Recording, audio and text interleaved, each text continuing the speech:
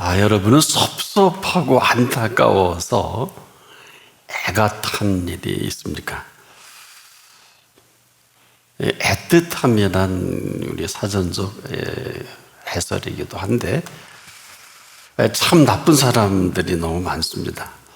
만일 하나님 우리를 위하시면 누가 우리를 대적하리요 하셨음에도 지금도 끊임없이 대적하고 있는 나쁜 사람들입니다.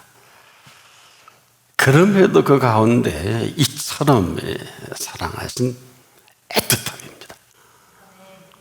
섭섭하고 안타까워서 지금 내 같아 하시는 이 부분입니다. 그런 이 오늘을 준비하신 오늘이기도 한데 문제는 이런 사실로 우리가 살아가지 못하는 안타까움이 있어요. 이를 참 미련하다고 또 어리석다 하면 이보다 더 미련하고 어리석을 수가 있을까? 이것은 우리의 공로나 수고로 준비된 것은 아닙니다. 일찍이 귀하게 여겨주셨고 보시기에 참 좋아하신 이러한 마음으로 해가 타고 또 준비하시고 사랑하신 이 마음들이 거침없이 지금 외면을 당하는 게 오늘입니다. 그 애틋함을 다른 말로 표현한다면 자기 아들을 아끼지 아니하시고 우리 모든 사람을 위하여 내어주신 그 사랑의 애틋함이다. 더하면 더했지 지금 덜하진 않거든요. 그래서 이 애틋함이 찾아준 오늘을 우린 전혀 모르고 사방팔방 이리저리 뛰고 공부하고 애쓰고 이 모습을 보고 애틋한 거예요. 섭섭한 거예요. 왜 섭섭할까요? 해주신 이 모든 것들이 무용지물이 되고 아무 의미가 없게 된 섭섭하고 안타까움이다. 그런데 안타깝게도 우리는 이것 없이 살아가는 게 상당히 쉽고 익숙합니다. 참 이러한 놀라운 삶의 비밀을 전혀 관계없이 우리가 보는 세상은 두 가지 관점밖에 볼 게 없어요. 원망과 불평입니다. 사실 그럴 일이 얼마나 많습니까? 우리가 보는 세계는 원망하지 않을 수가 없어요. 오늘의 모든 상황들이 현 상황은 그렇고요. 불평하지 않을 수 없는데 우리가 보는 세계가 그렇죠. 그러다 보니까 아주 불평하게 할 수밖에 없고 원망할 수밖에 없는 오늘의 이 흐름이 하나도 틀리지 않죠. 내가 보는 세계는 이렇습니다만 나를 보시는 세계는 그렇지 않습니다. 내가 이 세상을 이렇게 평가하는 건 내 마음이지만 하나님이 나를 평가한다면 어떨까요? 다 맞는데 틀리다 하는 표현을 여기다 쓰면 아마 적절할 줄 압니다. 참 불안하지 않습니까? 여러분, 위로하려고 하는 것은 아닌데 비합리적인 일들이 얼마나 많아요. 그리고 참 얼토당토하는 일들이 참 벌어지는 오늘의 이 세대입니다. 그런데 내가 보는 세계는 이게 맞지만은 이 지켜보시는 세계는 그렇지가 않아요. 맞는데 틀리다. 우리가 보는 이것도 맞지만은 우리가 보는 이 제한된 세계가 아니라 전체를 보시는 이 세계는 그렇지가 않죠. 만약에 그렇다면 제가 보기에는요, 한 사람도 남김없이 다 그 죄로 처벌을 당하면 의인이 하나도 없기 때문에 다 죽어야 되지 않을까. 그래서 가끔 쓰나미로도 메시지를 주는 게 아닐까. 여전히 우리가 보는 세계에 익숙해져 버린 우리들을 지금도 애틋하게 지켜본단 말, 섭섭하기도 하고 안타깝기도 한.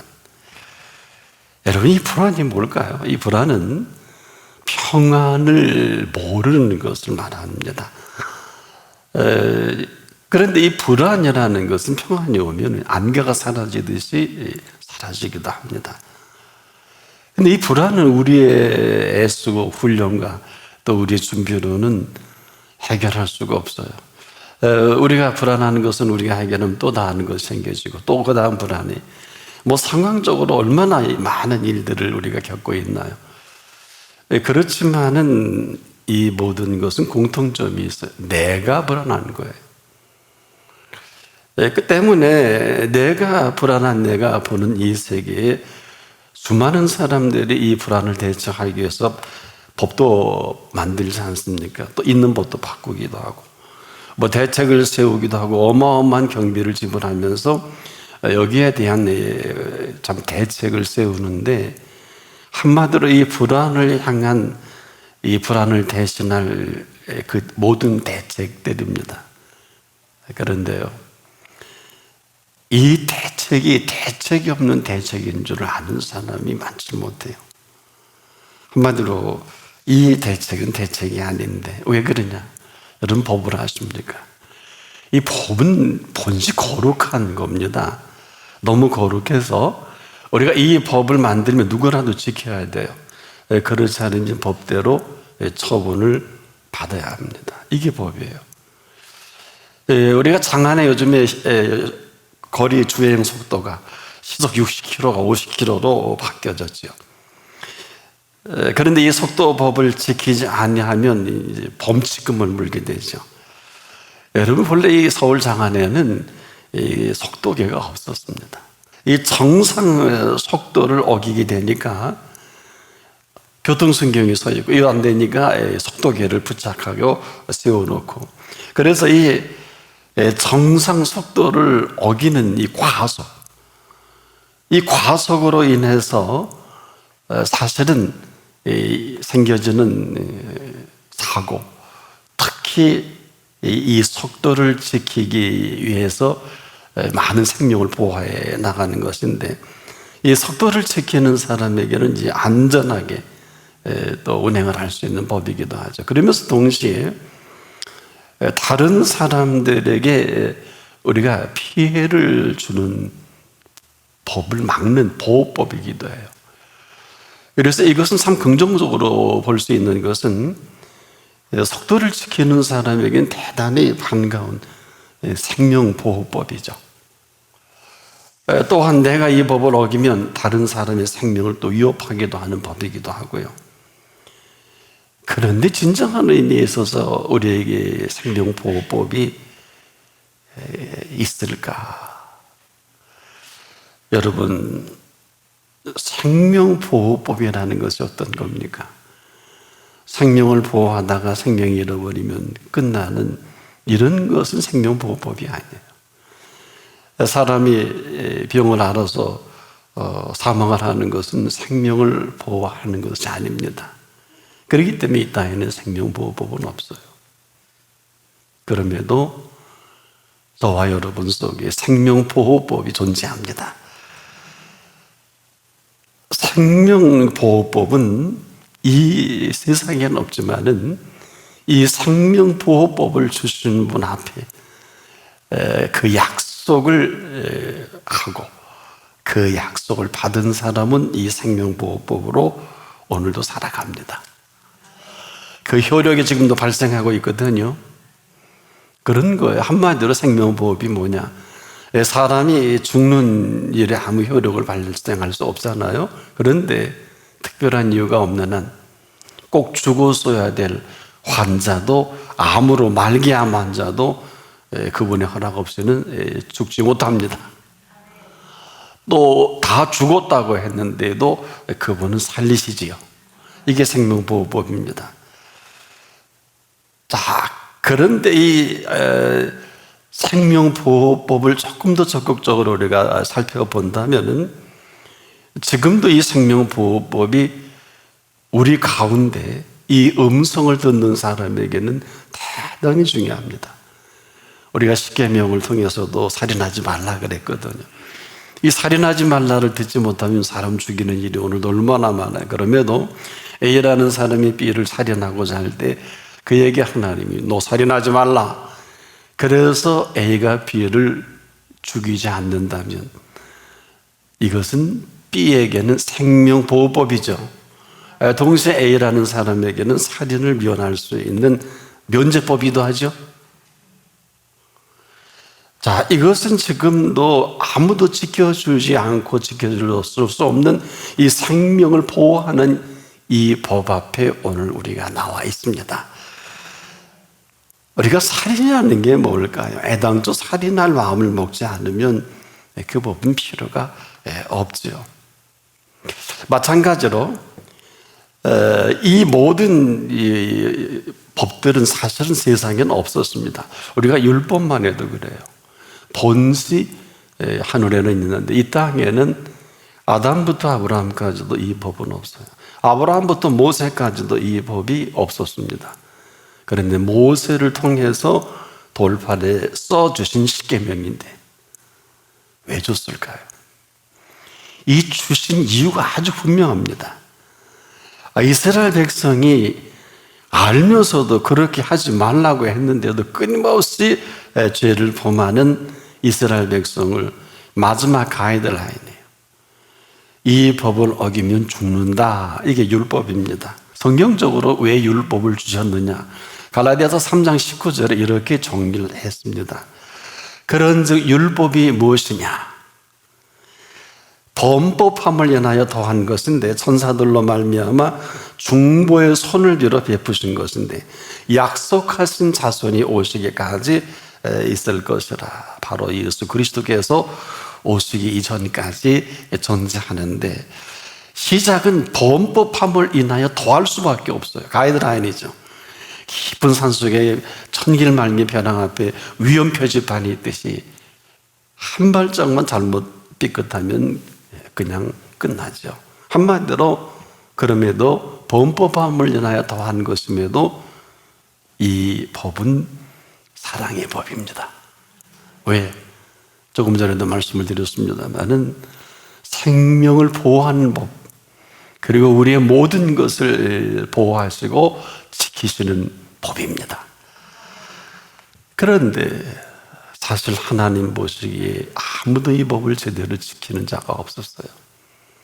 그래서 예수님이 친히 이 땅에 오셔서 이 법을 지키시고 내가 율법을 폐하러 온 것이 아니라 완성하러 왔다 하시면서 친히 그 사랑으로 완성하신, 그리고 십자가에서 그 값을 지불하시고 완성해 주신 이 사랑의 완성이면서 생명을 온전히 보장하신 생명보호법입니다. 이런 우리가요, 또 우리 죄가 예수님을 십자가에 못 박는 일까지 더했지 않겠습니까?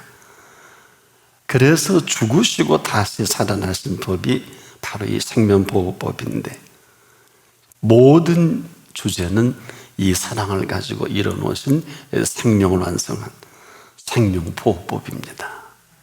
그래서 애틋한 그 사랑으로 완성하신 사랑의 애틋함이다. 이렇게 말씀을 드릴 수밖에 없어요.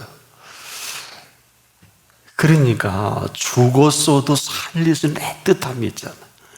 아시는 대로 여러분, 사랑하는 나사로가 죽었는데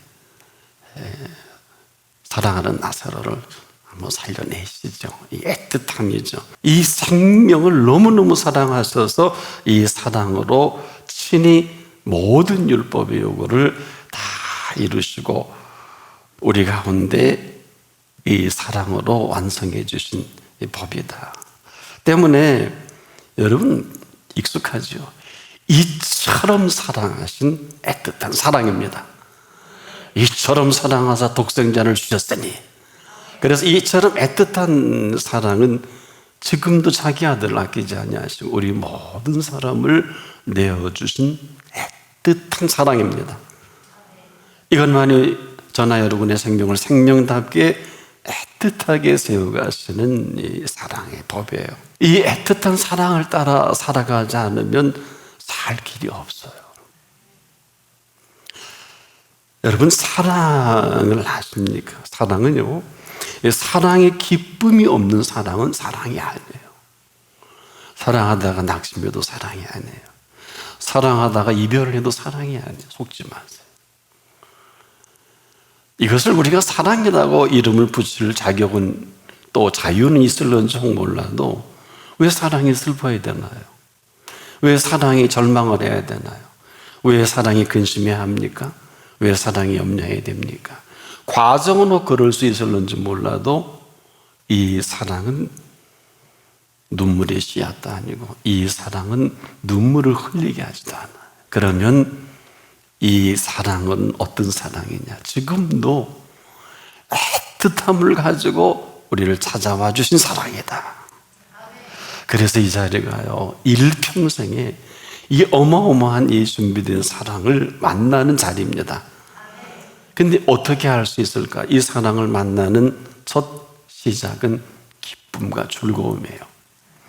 예배를 드리다가 말씀을 대하다가 또 설교를 듣다가 기도를 하다가 내가 이전에 맛보지 못했던 그 기쁨과 즐거움으로 찾아주십니다. 이것은 지금도 우리에게 이 모든 것을 갖추고 준비해 놓으시고, 그래서 고린도 교회 바울이 이런 표현을 자주 합니다.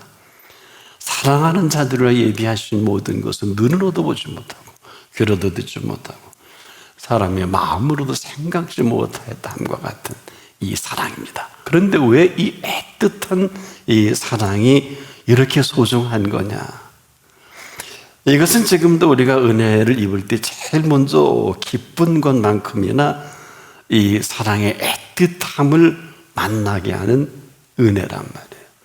그래서 은혜가 은혜 드는 사람은 반드시 은혜가 움직이게 하는 동선이 있어요. 그래서 하나님의 은혜를 헛되이 받지 말라는 것은 내가 해석하고 내가 좋아 움직이는 것은 내 마음대로 하지만 이 은혜가 은혜돼서 나를 움직이는 감격과 감동은 외람되지만 그리스도인은 매 순간 감격과 감동이 없이는 저는 불가능하다고 봐요. 너무 힘들어요. 그럴 필요 없어요. 은혜가 될 때 이 감격과 감동은 기쁨이에요. 그래서 기쁨으로 움직여 다니다가요, 요만큼도 후회가 없어요. 나의 나 된 것은 하나님의 은혜로 된 것이니 하나님의 은혜가 헛되지 아니하여. 그래서 은혜는 지금도 어떤 자리 어떤 모습에 있든지 움직이게 합니다. 기쁨과 즐거움으로 움직이게 하는 이 실체를 이렇게 또 정리하죠. 내가 다른 사도보다 더 많이 수고했으나 내가 아니요. 아주 정직한 분이에요. 그럼 뭐냐? 나와 함께 하신 하나님의 은혜로라. 내가 다른 사도보다 더 많이 수고했으나 이 수고를 공로하거나 자랑하거나 비교하는 필요가 없는 거예요. 왜? 아니, 할 수 있게 하셔서 할 수 있는 분 앞에 할 수 있게 하는 게 얼마나 기쁜 일이에요. 이 사람은 하루 이 은혜 속에 살다가 생을 마감해도 영원한 천년이 아니 영원하신 은총의 시간의 은혜입니다. 아니, 이상하네. 이게 예수 믿는 사람이 지극히 정상이에요. 대단한 게 아니에요. 이래야 되는 게 아니에요. 이렇게 살 수밖에. 자기 아들을 아끼지 아니하시고 우리 모든 사람을 위하여 내어주신 값을 지불한 대로 네가 삶을 움직일 거냐, 멍청할 거냐, 어리석게 살 거냐, 이 얘기를 지금 물으시는 거예요. 해도 부족하면 애틋함이에요. 그래서 우리말의 사전적 용법은 그래도 잘 나왔더군요. 영어로 부족해요. 다른 단어로 애틋함은 섭섭하고 안타까워 하시는 거. 왜? 다 해줬는데. 얼마나 정확한 표현이지 뭐예요. 애타는 거예요. 섭섭하고 안타까워 애타는 것이 우리 사전에 애틋함으로 표기가 되어 있어서 참 좋게 해석이 됐다. 보세요. 뭘 하래? 전부 예비해 놓으신 것인데 그 사랑만 확인이 되면 눈으로도 보지 못하고 귀로도 듣지 못하고 마음으로도 생각지 못했다함과 같은 그 세계를 성령이 주도하시고 천사가 수발을 들고 하나님이 주도하시는 어마어마한 오늘이에요. 하나님은 살아계십니다. 요즘에 하나님의 살아계심을 좀 보죠? 하나님의 사랑의 애틋함을 무너뜨릴 수 없어요. 오늘도 이 시간이 왜 어마어마한 비밀의 시간이냐. 이 애틋함을 만나면 그 기쁨과 즐거움으로 해를 어느 곳이든지 움직이게 합니다. 하나님의 은사 부르시며 후회함이 없는 이유가 뭐냐? 복주고 복주기 때문에, 번성케 하고 번성케 하기 때문에 이것을 예수님이 이렇게 용어를 바꿔주셨어요. 내 음성을 듣는 자는 들어와도 꼴을 얻고 나가도 꼴을 얻으리라. 은혜 받은 사람은 너무 기뻐요. 너무 즐거워요. 이거 제가 할게요. 그리고 이렇게 하다가 나는 원도 없어요. 이런 사람 중에 하나가 누굴까요? 은혜가 되니까 베다니 마리아는 나사로를 살려주신 이 은혜의 잔치를 배설하면서 가진 게 있어야죠. 시집가려고 준비했는지도 모르겠네요. 무려 300데나리온을 한다는 거네요.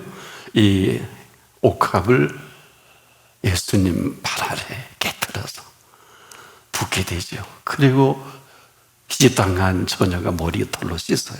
와, 저는 인류 역사에 이렇게 아름다운 그림이 또 어디 있을까? 이상하게 보는 사람은, 야, 300데나리온으로 저 청량리나 서울역에서 저 노숙자들을 먹이면 얼마나 좋은 건데 하고 가론유다가 비아냥거릴 때 예수님이 이렇게 답을 했어요. 진실로 내가 너에게 이르노니 온 천하 어디에서든지 복음이 전파되는 곳에는 이 여자의 행한 일도 말하여 저를 기념하리라 하시니라. 어떠세요? 저를 기념하리라. 2000년 동안 온 천하 어디에서든지 복음이 전파되는 곳에는 이 여자의 행한 이 아름다운 향기가 여전히 오늘도 우리의 코를 즐겁게 합니다. 우리의 인격을 즐겁게 합니다. 이 애틋함은 여전히 이 사랑의 애틋함을 가지고 이제라도 자기 아들을 아끼지 아니하시고 우리 모든 사람을 위하여 내어주신 이 애틋함입니다. 이 사랑입니다. 그 아들과 함께 모든 것을 은사로 주시지 아니하시겠느냐. 몇 푼 되지 않는 것에 빠져 살 게 아니라 이것을 주신 분을 감사하고 더 주실 줄 믿고, 어떻게? 복 주고 복 준다 그랬어요. 하지만 한 번은 속아요. 복 주고 끝나는 사람, 한 번 번성하고 쇠퇴하는 사람, 이것은 아브라함의 복은 아니에요. 성경은 이렇게 하나님 맹세하신 거예요. 아브라함이 맹세한 일이 없어요. 무식한 아브라함이 뭘 알겠습니까? 하나님이 친히 자신을 맹세해서 아브라함에게 주신 복은 복 주고 번성케 하고 번성케 하리라. 복 주고 복 주며라는 것은 지속적인 그 복이 이루어질 일이에요. 어느 정도까지 이것이 채워지는 그날은 이 복을 완성한 천국 들어가는 입성하는 날이에요. 그래서 이 사람은 그 마지막에 축제예요. 이 애틋함이 만든 이 오늘을 만나십시오. 만나지 못하면 영원히 만날 수 없어요. 이 사랑의 애틋함이 아니면 이 애틋함 없이 살아가는 게 돈 걱정, 건강 걱정, 노후 걱정, 자녀 걱정 다. 아브라함이 이삭 걱정하는 거 맞나요? 이삭이 야곱을 걱정하는 거 맞나요? 기도는 합니다. 욥이 10자녀 온 재산 다 거둬갈 때 뭐라고 그랬어요? 이해할 수 없는 상황 속에 10자녀가 생명을 잃고 동방의 가장 큰 부자가 하루아침에 거지가 될 때 너무 멋있는 결정을 내립니다. 주신 자도 여호와시요 취하실 자도 여호와시라. 이 사실로 하나님은 다시 10자녀 주시지요. 더한 복을 주시지요. 욥기에 우리가 이 사실을 보면서 이 애틋함 때문에 그래요. 그래야 되는 게 아니에요. 지금도 이 사실 뒤에는 만일 하나님이 위하시면 누가 우리를 대적하려 하신 이 팩트로 오늘을 밀어붙이실 거예요. 우리가 밀어붙이는 게 아니라고요. 얼마나 대단한 날이에요. 그런데 이 모든 것을 방해하는 세력들이 전 세계 도처에 얼마나 극성입니까? 지혜가 있기를 축복합니다.